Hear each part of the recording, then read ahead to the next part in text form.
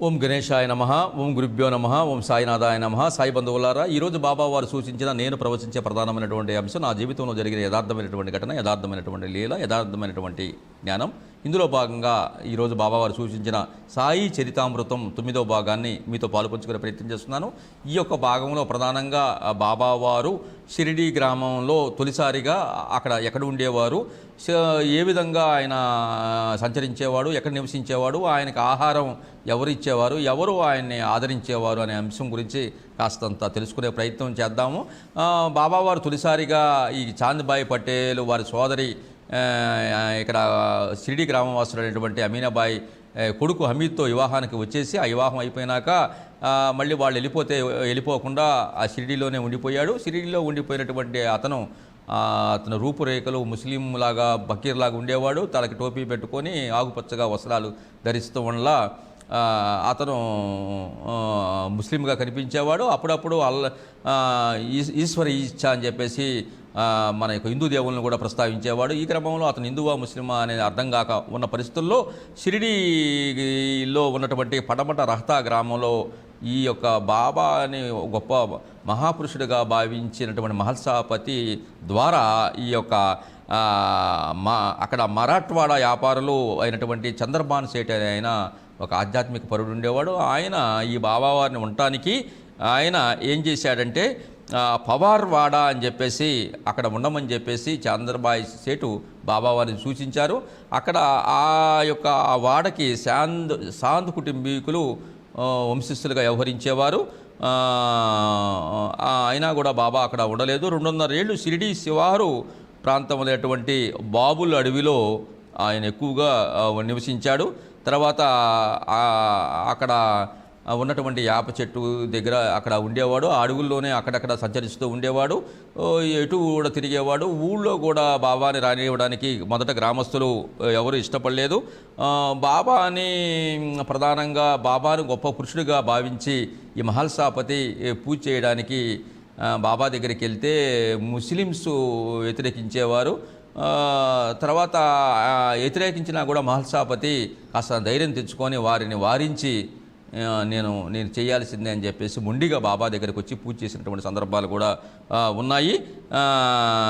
అట్లాగా ముస్లింలు ఎవరు కూడా ఈ యొక్క దృఢభక్తికి మహల్సాపతి దృఢభక్తికి ఎవరు కూడా ఏమి అనలేకపోయారు. బాబా ఈ రకంగా బాబా హిందువులకి ముస్లింలకి ఇద్దరికీ దైవంగా ఉన్నప్పటికీ మహల్సాపతి బాబాని ఎక్కువగా పూజించడం, ఎక్కువ దేవుడిగా ఆరాధించడం వల్ల ముస్లింలు తట్టుకోలేక ఒక సందర్భంలో మహల్సాపతి మీద ఒకసారి ఒక కర్రతో బాగా తల మీద కొట్టడం జరిగింది. ఎప్పుడైతే బయట ఉన్నటువంటి మహల్సాపతిని ఈ ముస్లిమ్స్లు కొట్టారో బాబా అక్కడ ఉన్నటువంటి బాబా ఒకసారిగా పెద్దగా కేకేసేసరికి ఈ ముస్లిమ్స్ అక్కడ ఉన్నటువంటి మహల్సాపతి హిందువులు గబగబా బాబా ఉన్న చోటకి వెళ్ళి అక్కడ చూస్తే బాబా తలకాయ పగిలి రక్తం కారుతూ ఉంది. ఈ మహల్సాపతిని ఇక్కడ ముస్లిమ్స్ కొడితే అక్కడ బాబాకి తల పగిలి రక్తం కారుతూ కనిపించింది. ఆ దృశ్యం చూసి ముస్లిమ్స్లు ఆశ్చర్యపోయారు, భయపడ్డారు. అప్పుడు బాబావారు ఏమంటున్నారంటే, చూశారు కదా బాబా ఆయన హిందూ ముస్లిమ్స్లు ఎవరూ కూడా వేరువేరు కాదు, ఇద్దరూ ఒకటే. మన శరీరంలో ఉన్నటువంటి రక్తం కనుక మన శరీరం కోస్తే హిందువుల్లో ఉన్నటువంటి రక్తం ఒక రంగు, ముస్లింలో ఉన్నటువంటి ఒక రంగు ఉంటుందా? రెండూ కూడా ఒకే రంగు కదా. కులాలు, మతాలు, జాతి ఇవన్నీ మనం నిర్మించుకున్నాయి, మనుషులందరూ ఒకటే అని చెప్పేసి బాబావారు చెప్పాడు. ఆయన అల్లాహకు ఎప్పుడూ కూడా అల్లా మాలిక్ దైవం ఒకటే. అల్లాహకు క్రైస్తవులా ముస్లిమ్స్లా అనే భేదాలు ఉండవు, నాకు కూడా లేదు. ఎవరూ కూడా ఈ రకంగా ఎవరైతే భగవంతుడిని స్మరిస్తారో వారు భగవంతుడికి దగ్గరగా అవుతారు. హిందూ ముస్లింలకి సూర్యుడు ముస్లిమ్స్కి ఒక రకంగా, హిందువులకి ఒక రకంగా సూర్యుడు ఉదయిస్తాడా? అదే చంద్రుడు వాళ్ళకే మాత్రమే చంద్రుడు దర్శనమిస్తాడా? ఎవరికైనా సరే సూర్యుడు ఒకే రకంగా ఉదయిస్తాడు కదా. వీడు ముస్లిం కాబట్టి నేను సూర్యుడు ఉదయించును అని అంటాడా? లేకపోతే వీడు క్రిస్టియన్స్ కాబట్టి చంద్రుడు నేను ప్రకాశించను అంటాడా? కాబట్టి హిందూ ముస్లిము క్రైస్తవులని కాదు నాన్న, అందరికీ కూడా సమస్తంలో ఉన్నటువంటి ప్రకృతి దేవతలందరూ కూడా సమానంగా ఉంటారు, అందరూ ఒకటే. రాముడు రహీము ఒకటే, సబ్కా మాలిక్ ఏక్ హై అని వాళ్ళకి చెప్పాడు. తర్వాత బాబా వారు కూడా బాబా ఏమంటాడంటే అల్లా మాలిక్ సర్వానికి దైవమే అధికారి. ఓం తస్ అంటే హరి ఒక్కడే సమస్తానికి మూలము అని చెప్పేసి చెబుతూ హిందూ ముస్లిము ఈ రెండు కూడా ఒకటే అని చెప్పేసి బాబావారు వాళ్ళకి బోధన చేశారు. ఈ యొక్క నివాసమే గ్రామస్తుల యొక్క ఈ మతమౌఢ్యము, తర్వాత గ్రామ పెద్దల మూర్ఖత్వం వలన సాయిబాబా ఈ రకంగా కొన్ని ఇబ్బందులు మొదట్లో పడ్డాడు. తర్వాత ఆ బావిలో నీళ్లు తాగడానికి కూడా ఈ ముస్లిము నీళ్లు తాగితే అపవిత్రమవుతాయని అక్కడ ఉన్నటువంటి హిందువులు కూడా మొదట నిరాకరించారు. అయితే బాబా నీళ్లు తాగకుండా అక్కడ ఉన్నటువంటి పశువుల కోసం గుడ్డ నిమిత్తం ఏర్పరిచినటువంటి ఆ తొట్టిలో ఉన్నటువంటి మురికి నీళ్లు కూడా బాబా వారు తాగేవారు.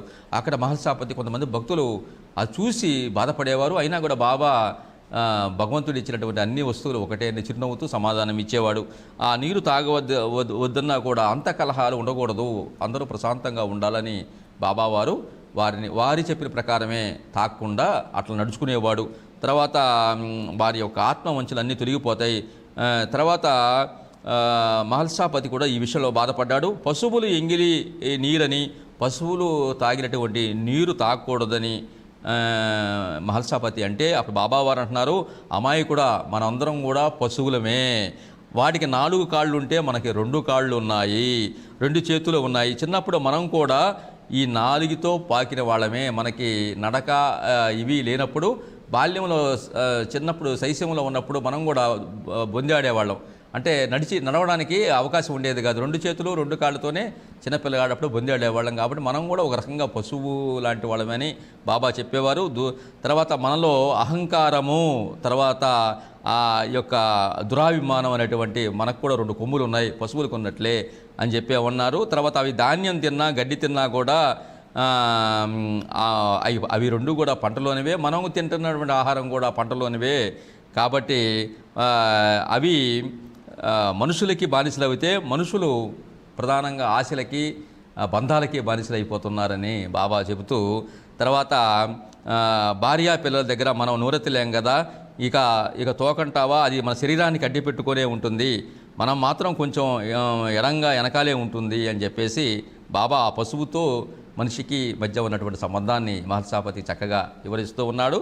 తర్వాత ఒకసారి నవ్వి మహల్సాపతితో, సృష్టిలో ఉన్నటువంటి సమస్త భూతాలకి మూలం పశువులేనయ్యా, కాబట్టి పశువుల్ని మనమేమి తక్కువగా చూడనక్కర్లేదు, పశువు నీళ్లు తాగినంత మాత్రాన ఇబ్బంది ఏమీ లేదు, మనుషులు పశువులు అన్నీ కూడా సమానమే, సృష్టికి భగవంతుడు ఒకడే అని చెప్పేసి మహల్సాపతికి తెలియజేశాడు. ఈ రకంగా నీళ్లు తాగినప్పుడు కూడా బాబా బాధపడలేదు, మహల్సాపతి బాధపడినా కూడా ఎవరని చెప్పారు. ఈ క్రమంలో కొన్నాళ్ళకి ఆ షిరిడీ గ్రామంలో ఉన్నటువంటి వాళ్ళకి ఈ బాబా మహత్యాలు తెలుస్తూ ఉన్నాయి. అయితే బాబా ఈ రకంగా షిరిడీ గ్రామంలో ఉండడానికి కాస్త ఆయనకి నివాసం కానీ ఏమి ఇవ్వకపోతే ఆ చుట్టుపక్కల ఉన్నటువంటి గ్రామంలో శివారులో ఉన్నటువంటి అడవులు, ఆ చెట్లు, ఆ పొలాల దగ్గర బాబా తిరుగుతూ ఉండేవాడు. ఏదో ఒక సమయంలో ఎక్కడో చోట కూర్చొని తపస్సు ధ్యానం చేసేవారు. ఇటువంటి అతనికి మొట్టమొదటిగా అంటే బాబాని బాగా నా విశ్వాసం కలిగినటువంటి మహల్సాపతి అయితే బాబా ఏం తింటున్నాడు, బాబా కడుపు చూసినటువంటి మహా ఇల్లాలు, మహా అంకిత భక్తురాలు, తొలిసారి బాబాకి ఆదరించినటువంటి భక్తురాలు ఎవరయ్యా అంటే ఆమె బైజీబాయి. ఆమె బైజీబాయి బాబాకి తొలి దర్శనంతోనే మహాత్ముడిగా గుర్తించి ఆయనకి ఆహారం పెట్టాలని చెప్పేసి ఆయనలో దైవం చూసినటువంటి ఆమె తాత్యాకు తల్లి, తర్వాత అప్పాకోతే పటేలకు భార్య బాయాజీబాయి మహాభక్తురాలు. ఆమె బాబాని తన సోదరుడిగా భావించి బాబాకి అన్నం పెట్టాలని కోరిక ఉండేది. అయితే సాయిబాబా ప్రతిరోజు కూడా మధ్యాహ్నం 12 గంటలకి ఎవరికైనా ఆ యొక్క అగ్ని భగవంతుడు ఆకలి అయ్యే సమయం 12 గంటలకి ఆకలి అవుతుంది. ఎక్కడ ఏ ప్రాణి కూడా సమస్తానికి పండి పెట్టాలి.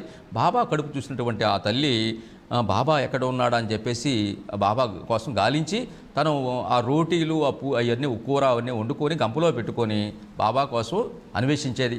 బాబా ఒక్కోసారి అడవిలో ఉండేవాడు, ఒక్కోసారి చెట్ల కింద ఉండేవాడు, ఒకచోట సెలయేర్లు పక్కనే ఉండేవాడు, ఎక్కడో గుబురులో ఉండేవాడు. బాబా ఒక్కోసారి త్వరగా దొరికేవాడు కాదు. అయినా కూడా ఆవిడ ఎతికి కష్టపడి బాబాని గుర్తించి తను తెచ్చినటువంటి బుట్టలో ఉన్నటువంటి ప్రేమపూర్వకమైనటువంటి ఆ యొక్క రోటీలు, ఆ కూర అవన్నీ బాబాకి ప్రేమతో పెట్టి మంచినీళ్ళు ఇచ్చి మూతి తుడిసి ఒక సోదర ప్రేమను చూపించేది. అవ్యాజ్యమైనటువంటి ఆ బైజాబాయి ప్రేమ బాబా ఎంతో ఇష్టపడేవాడు, తన సోదరిగా భావించేవాడు. తర్వాత బాబా ఒక్కోసారి ధ్యానంలో ఉండేవాడు, అయినా కూడా ఆవిడ పసికట్టి ఆ ధ్యానం అయిపోయినాక బాబాకి తినిపించేది. అంత సహనం, అంత ఓర్పు బైజాబాయిలో ఉండేది. మరి ఏనాటి ఎన్ని జన్మల బంధమో బైజాబాయికి బాబాకి ఉన్న సంబంధం.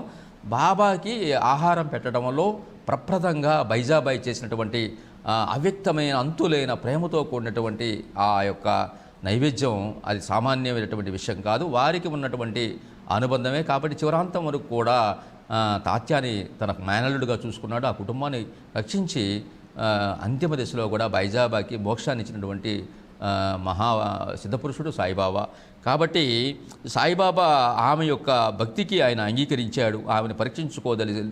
ఆమె ఏమి చేసినా కూడా బైజాబాయి ఏం చేసినా కూడా బాబా ఓర్చుకునేవాడు.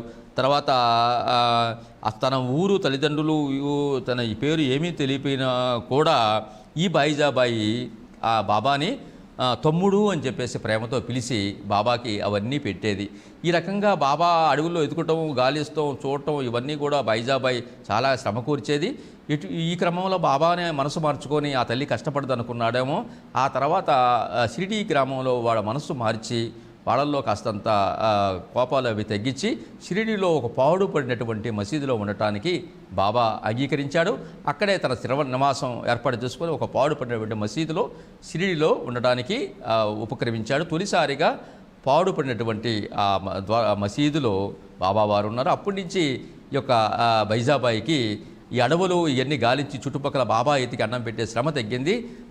ప్రతిరోజు కూడా ఆహారం అవన్నీ వండుకొని చపాతీలు, కూర అవన్నీ మసీదుకు వచ్చి ఈ బాబా వారికి ఆహారం పెట్టడం ప్రారంభించింది. ఈ రకంగా తొలిసారిగా బాబాని ఆదరించి, బాబాని భక్తిపూర్వకంగా బాబాకి కడుపును గమనించి ఆహారం పెట్టినటువంటి మహా గొప్ప భక్తిపరురాలు బైజాబాయి. ఈ యొక్క ఆ వృత్తాంతాన్ని మనకు తెలుసుకునేటువంటి అవకాశాన్ని సాక్షాత్తు ఆ దత్తప్రభు శ్రీడి నాయుడు మనకి కల్పించడం, వారి అపార కృపా కటాక్ష వీక్షణాలు మీకు మీ జీవితంలో మెండుగా ఉండాలని ఆశిస్తూ ఆకాంక్షిస్తూ ఈ షిరిడీ సాయి భక్తి టీవీ వీక్షిస్తున్నటువంటి గురుబంధువులకు ఈ యొక్క ఛానల్ని మీరు లైక్ చేసి సబ్స్క్రైబ్ చేసి తోటి భగవద్బంధువులకు ప్రచారం చేస్తే మరిన్ని ఆధ్యాత్మిక విషయాలు బాబా చరిత్ర తెలుసుకునే అవకాశం ఉంటుందని ఆశిస్తూ ఆకాంక్షిస్తూ సర్వేజనో సుఖినో భవంతు. ఓం శ్రీ సాయిరామ్.